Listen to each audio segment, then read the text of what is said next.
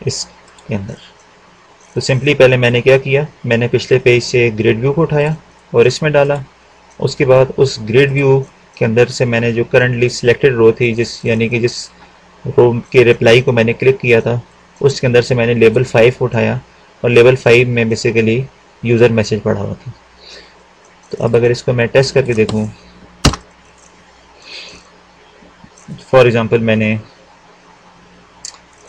इस पर क्लिक किया रिप्लाई, तो मेरे पास ये दिस इज़ मलिक आ गया। और ये बेसिकली यही वाला दिस इज़ मलिक था। इस तरह अगर मैं इस पर क्लिक करता हूँ रिप्लाई, तो ये वैल्यू मेरे पास यहाँ पर आ गई। तो इसका एक बहुत बड़ा एडवांटेज ये हुआ कि हमें दोबारा यहाँ पर डेटाबेस को क्यूरी भेजने की ज़रूरत नहीं पेश आई। डायरेक्टली ग्रिड व्यू सी वैल्यू हमारे पास ट्रैवल कर कर यहाँ पर आती है।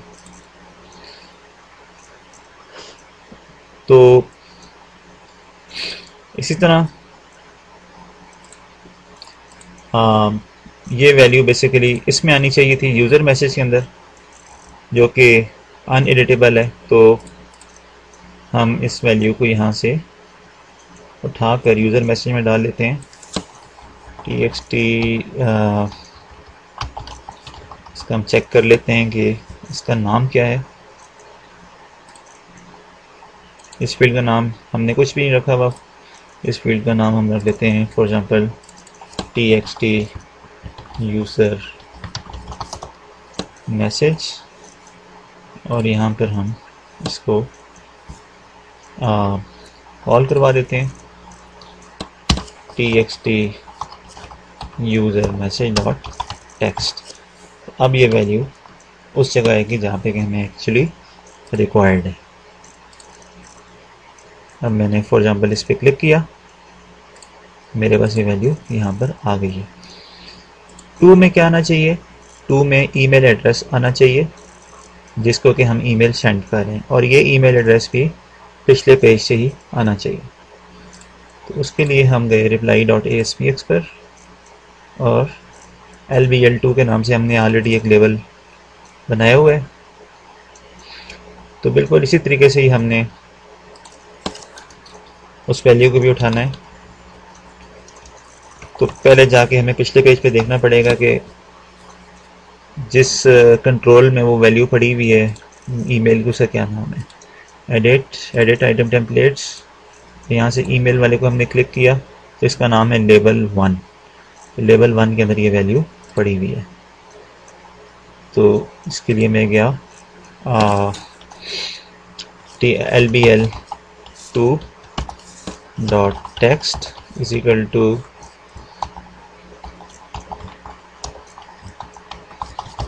grid dot selected row dot find control, और यहाँ पर lebel1 डॉट txt लेबल 1, उसके बाद ब्रैकेट क्लोज डॉट टेक्स्ट आ गया। अगर इसको मैं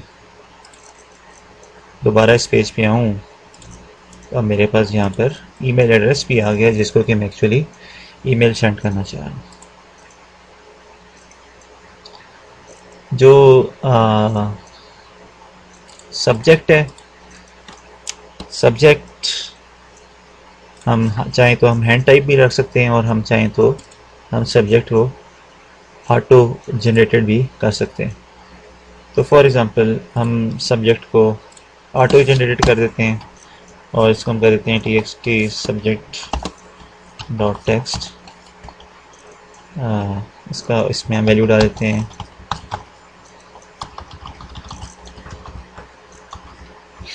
RE reply from, for example जो भी वेबसाइट है आपकी, या जो भी आप सब्जेक्ट रखना चाहते हैं आप यहाँ पे वो सब्जेक्ट रख सकते हैं। तो इस केस में जब आप इस पेज पे आएंगे तो अब ये सब्जेक्ट भी ऑलरेडी पॉपुलेट हो चुका है। तो मैसेज वो चीज़ है जो कि आप यहाँ पर खुद टाइप करेंगे। तो ये मैसेज बेसिकली आपका रिप्लाई मैसेज है। इसका अगर मैं नाम चेंज कर दूँ, रिप्लाई मैसेज कर दूँ, तो ज़्यादा सूटेबल होगा। अब ये हमारे पास एक ईमेल पेज बन गया है और इस पर हमारे पास वैल्यूज़ भी आ रही हैं, तो हम प्रिपेयर्ड है कि हम ईमेल सेंड कर दें। तो उसके लिए हमारा एक मेल सर्वर से कनेक्शन होना ज़रूरी है, और उसके लिए हम जाके अपनी web.config फाइल में नेसेसरी चेंजेस करेंगे ताकि हम एक मेल सर्वर से कनेक्ट हो सकें। फॉर एग्ज़ाम्पल ये web.config फाइल है और इसमें हम जो चेंजेस करेंगे वो हम करेंगे यहाँ पर, और यहाँ पर हम एक नया टैग एंटर करेंगे जिसका कि नाम होगा system.web।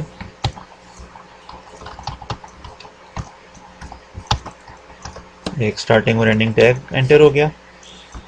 system.net इसका नाम होगा। system.net टैग, इसकी निशानी ये है कि हमने इसको कन्फिग सेक्शंस का टैग जहाँ पे क्लोज हो रहा है उसके फ़ौरन बाद हमने इस टैग को एंटर किया है। इस system.net टैग के अंदर हम एक टैग एंटर करेंगे मेल सेटिंग्स। ये भी स्टार्टिंग और एंडिंग टैग है, और उसके बाद हम इस मेल सेटिंग्स के अंदर एक टैग एंटर करेंगे SMTP। SMTP में हमने प्रॉपर्टी सेट की फ्रॉम में हम ईमेल एड्रेस डालेंगे जहाँ से वो वाला ईमेल एड्रेस जिससे कि हम यूज़र को रिप्लाई सेंड करना चाह रहे हैं। और इस SMTP के अंदर हम जो मज़ीद सेटिंग करेंगे वो हम करेंगे SMTP सर्वर की। इसमें हमने नेटवर्क के अंदर बाद हमने इसमें होस्ट स्पेसिफाई करना है।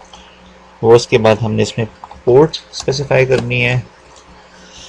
इसमें हमने यूज़र नेम स्पेसिफाई करना है और पासवर्ड स्पेसिफाई करना है उस ईमेल एड्रेस का जिससे कि हम यूज़र को ईमेल सेंड करना चाह रहे हैं। तो ये कुछ फील्ड्स हैं जो कि हम स्पेसिफाई करेंगे यूज़र को ईमेल सेंड करने के लिए, और ये फील्ड्स किस तरह पॉपुलेट होंगी ये हम चेक करेंगे अभी। उसके बाद जो नेक्स्ट स्टेप हमें रिक्वायर्ड है वो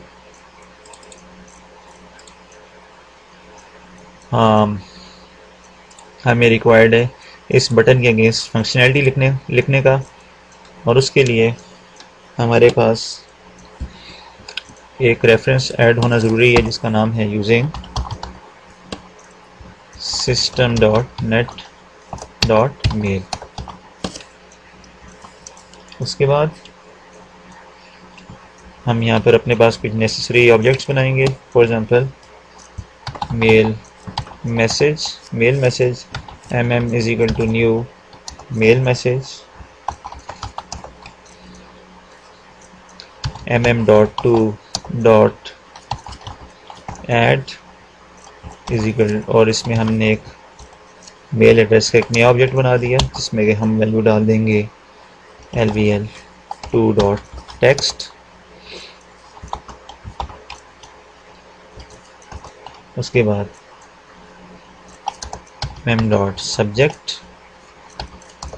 सब्जेक्ट में हम जो भी हमारा सब्जेक्ट है उसकी वैल्यू डाल देंगे। उसके बाद mm.body, ये बेसिकली जो हमारा मैसेज है बॉडी का जो हम यूज़र को रिप्लाई सेंड करना चाह रहे हैं वो यहाँ पे आ जाएगा। और उसके बाद हम ये स्पेसिफाई कर सकते हैं कि क्या हम एक HTML इनेबल्ड ईमेल सेंड करें mm.is_body_html is equal to true, हम एक HTML बेस्ड ईमेल सेंड करना चाह रहे हैं। उसके बाद mm.priority is equal to normal is equal to mail priority dot normal, हम एक नॉर्मल मेल प्रायोरिटी सेंड करना चाह रहे हैं। जब ये वैल्यूज हमने सेट कर ली उसके बाद हम बनाएंगे एक SMTP क्लाइंट का ऑब्जेक्ट SMTP क्लाइंट क्लास का ऑब्जेक्ट हमने बना लिया is equal to new SMTP client, और इस SMTP क्लाइंट के अंदर हमने ऑलरेडी web.config में वैल्यूज सेट कर दी हैं, तो सिंपली इसको यूज़ करते हुए अब हम यहाँ से ईमेल को सेंड करेंगे, और साथ साथ हम एक्सेप्शन हैंडलिंग भी कर लेते हैं, अगर कोई एक्सेप्शन आती है तो वो हमें पता लग जाए। तो इस ट्राई के अंदर हम क्या यूज़ करेंगे, sc.send, और ये आ गया mm, और कैच के अंदर जो भी एक्सेप्शन आएगी वो हम रख देंगे। For example response dot right,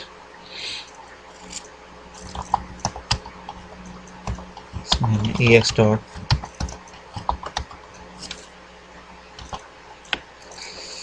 message कर दिया, और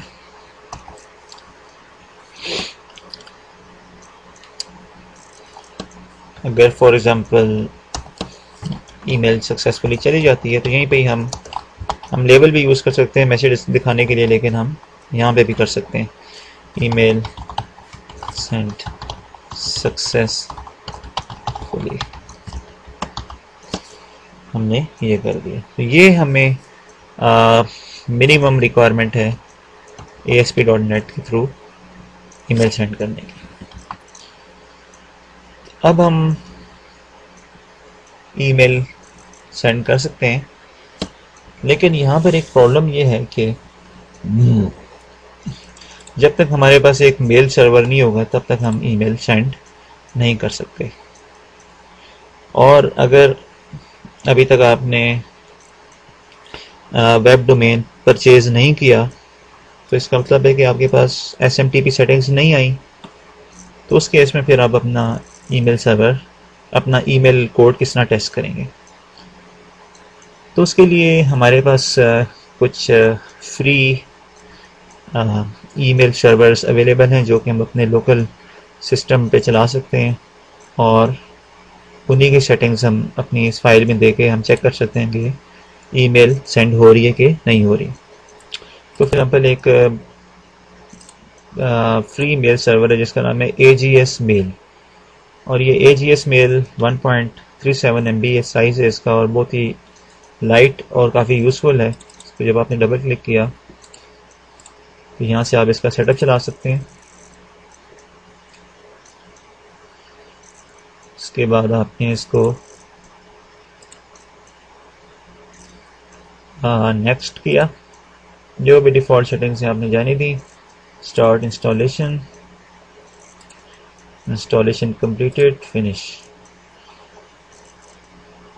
उसके बाद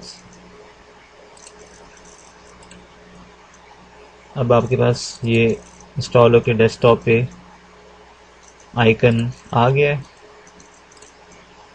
और अगर आप देखें तो ये आपको नज़र आ रहा है। तो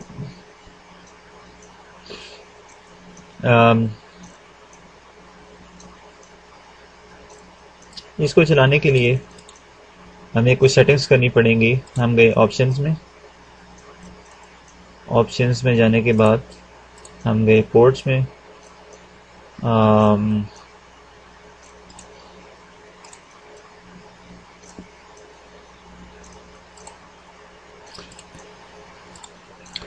तो हम देख सकते हैं कि हमारे पास SMTP port 25, POP3 110, finger 79 and web interface 80। लेकिन यहाँ पे प्रॉब्लम ये है कि हमें एक एरर यहाँ पे आ रहा है कि error starting web server address already in use. इसका मतलब ये हुआ कि पोर्ट 80 ऑलरेडी इन यूज़ है, हमें ये पोर्ट चेंज करनी पड़ेगी। इसके लिए हम दोबारा ऑप्शंस में जाएंगे और हम गए पोर्ट्स में। पोर्ट्स में जाके हमने इस पोर्ट को फॉर एग्जांपल 800 कर दिया और ओके कर दिया।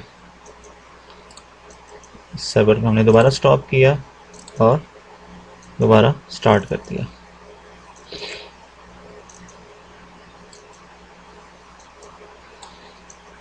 तो वेब सर्वर इस दफ़ा स्टार्ट हो गया और लिसनिंग ऑन पोर्ट 800। इसका क्या मतलब है? इसका मतलब ये है कि अगर मैं HTTP लोकल